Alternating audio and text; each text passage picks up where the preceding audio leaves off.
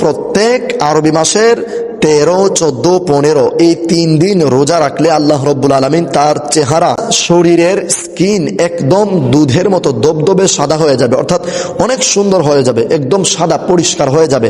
কারণ আল্লাহ রব্বুল আলামিন যখন আদম আলাইহিস সালাতু ওয়াস সালামকে দুনিয়াতে পাঠিয়ে দিয়েছিলেন, সূর্যের আলোর কারণে তার চেহারা, তার সারা শরীর একদম কালো হয়ে গিয়েছিল।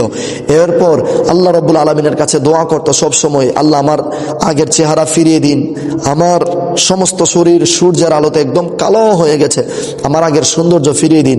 একদিন জিবরাইল আলাইহিস সালাতু ওয়াস সালাম এসে বললেন, হে আদম, আপনি কি আবার আগের মতো সুন্দর হতে চান? বলে, হ্যাঁ, আগের মতো সুন্দর হতে চাই, যেই রকম সুন্দর ছিলাম জান্নাতের মধ্যে।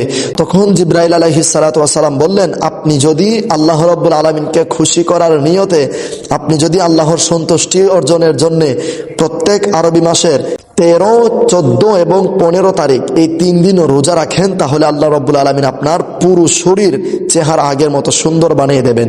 সুবহানাল্লাহ। এরপর আদম আলাইহিস সালাতু ওয়াস সালাম যখন 13 তারিখ রোজা রাখলেন, দেখলেন তিনার পা থেকে হাঁটু পর্যন্ত একদম পরিষ্কার হয়ে গেছে।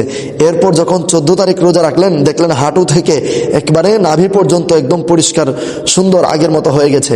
আবার যখন 15 তারিখ রোজা রাখলেন, তিনি দেখতে পেলেন তিনার নাভি থেকে একদম মাথা পর্যন্ত সারা অঙ্গ প্রত্যঙ্গ একদম দুধে আলতা, একদম ধবধবে সাদা, একদম সেই জান্নাতের মতো সুন্দর হয়ে গেছে। সুবহানাল্লাহি ওয়া বিহামদিহি, সুবহানাল্লাহিল আযীম।